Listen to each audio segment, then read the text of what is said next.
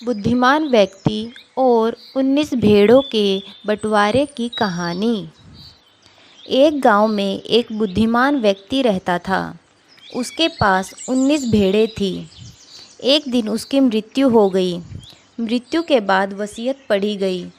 उसमें लिखा था कि मेरी 19 भेड़ों में से आधी भेड़ बेटे को, उसका 1/4 हिस्सा बेटी को और उसका 5वां हिस्सा मेरे नौकर को दे दिया जाए। सब लोग चक्कर में पड़ गए कि ये बंटवारा कैसे किया जाए। 19 भेड़ों को आधा यानी एक भेड़ काटनी पड़ेगी, ऐसे तो भेड़ मर जाएगी। ऐसा करते हैं कि एक भेड़ कम कर देते हैं, तो रह गई 18 भेड़। इनका आधा यानी 9 भेड़ हो जाएंगी, लेकिन इसका 1/4 हिस्सा 4.5 होगा। फिर कैसे करेंगे? हर बार एक भेड़ नहीं हटा सकते।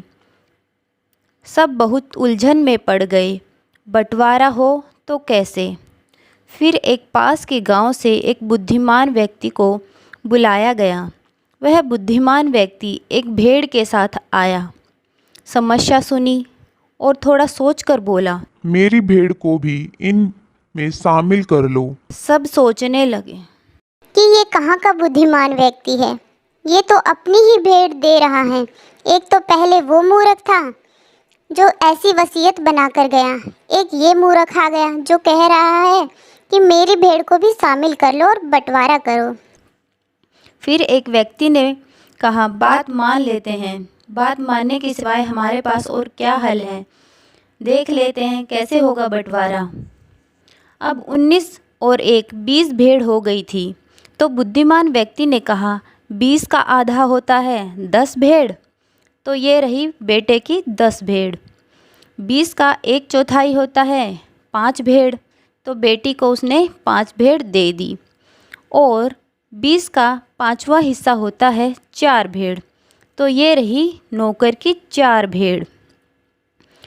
अब 10, 5 और 4 हो गई 19 भेड़। बची 1 जो बुद्धिमान व्यक्ति की थी, जो वह लेकर अपने गांव लौट गया।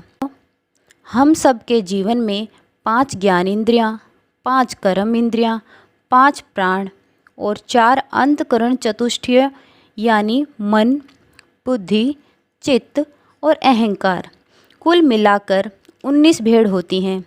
सारा जीवन मनुष्य इन्हीं भेड़ों के बंटवारे में उलझा रहता है, और जब तक उसमें आत्मा रूपी भेड़ नहीं मिलाई जाती, यानी कि आध्यात्मिक जीवन, आध्यात्मिक बुद्धिमत्ता नहीं दी जाती, तब तक सुख, शांति, संतोष व आनंद की प्राप्ति नहीं होती।